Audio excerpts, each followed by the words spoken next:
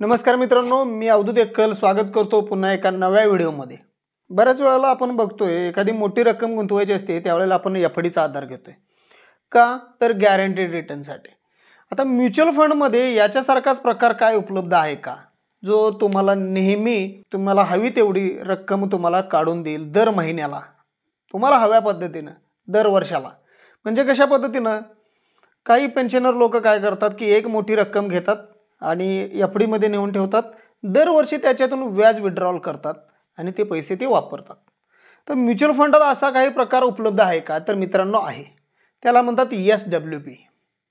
मित्रांनो एसडब्ल्यूपी बद्दल आजच्या व्हिडिओमध्ये आपण नित्यंभूत माहिती जाणून घेणार आहे आणि सॅम्पल बघणार आहे की इथून मागं जर एसडब्ल्यूपी मध्ये गुंतवणूक केली असती तर कशा पद्धतीनं रिटर्न आपल्याला जनरेट झाले असते।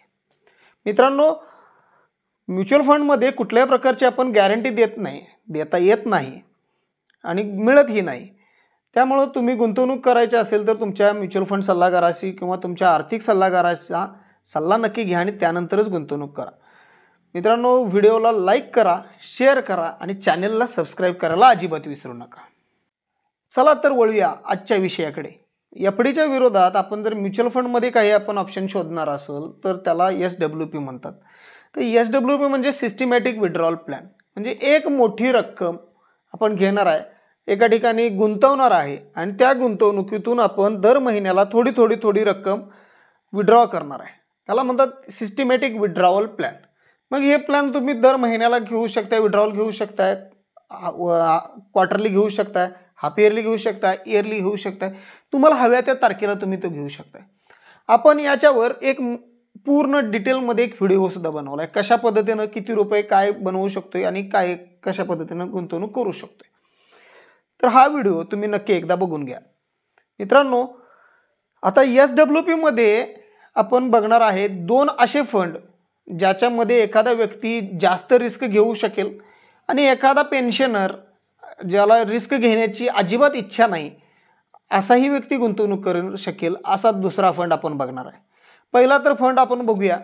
तर पहिल्या फंडमध्ये आपण चूज केला आहे हायेस्ट रिस्कवाला फंड एसबीआयचा स्मॉल कॅप फंड। मित्रांनो बऱ्यापैकी तुम्हाला सगळ्यांना माहिती असेल की एसबीआय स्मॉल कॅप फंडने कशा पद्धतीनं रिटर्न दिलेले आहेत। आता आपण बघा चूज करणार आहे इथून पाठीमागची काही वर्षे आपण बघूया। सॅम्पलमध्ये एसबीआय म्युच्युअल फंडचा एसबीआय स्मॉल कॅप आपण फंड सिलेक्ट केला आहे रेग्युलर प्लॅनमध्ये। लमसम अमाऊंट एखादा व्यक्ती समजूया 30 लाख रुपये ठेवतोय। आता 30 लाख रुपये ठेवल्यानंतर तोच व्यक्ती त्या फंडमधून ऑगस्ट 2016 साली गुंतवणूक करतोय आणि दर महिन्याच्या 1 तारखेला तो 30,000 रुपये विड्रॉल करतोय।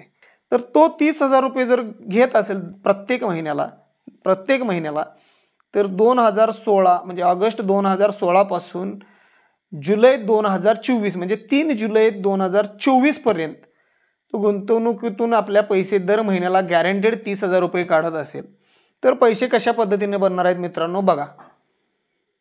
तर मित्रांनो विड्रॉलचा पिरियड आहे बघा 20/8/2016 ते 3 जुलै 2024, याच्यामध्ये 95 महिने पूर्ण होतात।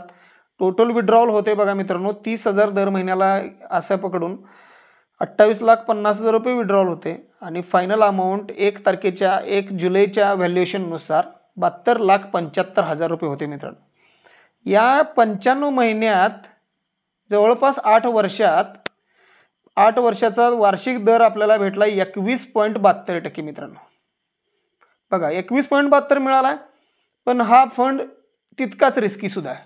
आता याच्यामध्ये तुम्ही बघितला तर याच्यामध्ये मधला थोडा काळ काय होता, कोरोना सुद्धा आलेला आहे। याच्यामध्ये कोरोना आला, त्यानंतर कोरोना काळात मार्केट पडल्यानंतर आपण घातलेल्या 30 लाखाचं व्हॅल्युएशन किती झाले हे बघा तुम्ही। 30 लाखावरून व्हॅल्युएशन शिल्लक राहिले 23,20,000 रुपये आणि आज घडीचं व्हॅल्युएशन किती आहे मित्रांनो तर जवळपास 72 लाख रुपये। म्हणजे सांगायचा अर्थ काय आहे की हे खूप रिस्की फंड होता, याच्यामध्ये आपण रिस्क घेतली आणि त्यामुळे इतक्या वर आला, बरोबर। मोस्ट इम्पॉर्टंट फॅक्टर काय आहे गुंतवणुकीमधला तर आपण स्टे इन्व्हेस्टेड राहणं, परिस्थिती काही येऊ दे, ठीक आहे। आता स्टे इन्व्हेस्टेड पण या प्रकारामध्ये आपण स्टे इन्व्हेस्टेड पण आहे आणि विड्रॉल पण करतोय, म्हणजे पैसे वापरात पण येतात, इन्व्हेस्ट पण आहेत, वाढायला पण लागले, तिन्ही गोष्टी आपल्या ॲट अ टाइम व्हायला लागल्यात। ठीक आहे. आता आपण हाय रिस्क फंड घेतला म्हणून आपल्याला मोठे रिटर्न दिसायला लागलेत. आपल्याला मोठी रक्कम आपण एक रकमी गुंतवणार करणार आहे, अशा केसमध्ये आपण एकदम कमी रिस्कवाला फंड घेतला तर कशा पद्धतीने रिटर्न बनणार बघूया.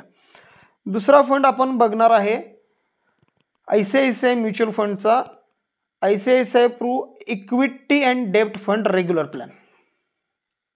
या फंडमध्ये पण सेमच प्रकारे गुंतवणूक करणार आहे आपण. 30 लाख रुपये गुंतवणूक करणार आहे. 20/8/2016ला 30,000 रुपये दर महिन्याला आपण विड्रॉल करणार आहे. विड्रॉलची तारीख आहे 1 तारीख.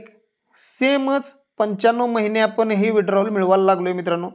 आता या केसमध्ये सुद्धा आपल्याला विड्रॉल टोटल फायनल किती मिळणार आहे, आपल्याला विड्रॉल मिळणार आहे 28,50,000. तिथं पण तसेच भेटलेली, पण इथलं व्हॅल्युएशनमध्ये फरक बघा मित्रांनो.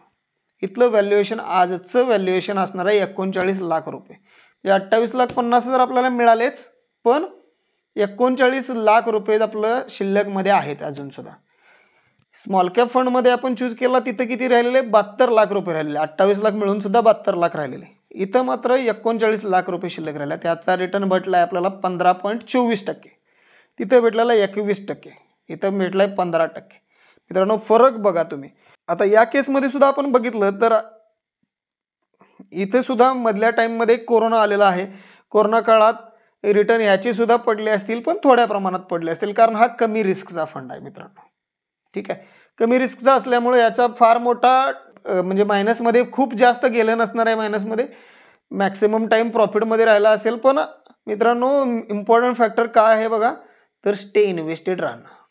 आता या 8 वर्षाच्या कालावधीमध्ये सर्वात कमी रिस्कच्या फंडमध्ये 70 लाखाच्या आसपास व्हॅल्युएशन बनलं आहे आणि हायेस्ट रिस्कमधल्या फंडमध्ये जवळपास 1 कोटीच्या आसपास व्हॅल्युएशन बनलं आहे. मित्रांनो हेच जर तुम्ही FDमध्ये पैसे टाकले असते तर किती बनले असते.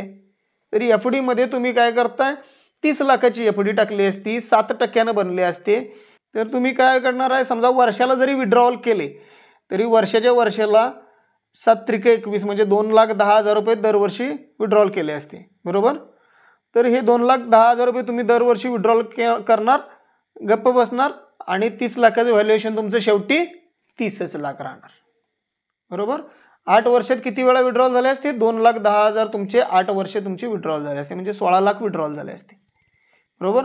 आपण इकडे त्याच्यापेक्षा जास्त 10-15 लाख रुपये जास्त विड्रॉल करायला लागलोय, पण व्हॅल्युएशन पण आपलं तेवढ्याच मोठ्या प्रमाणात वाढायला लागले.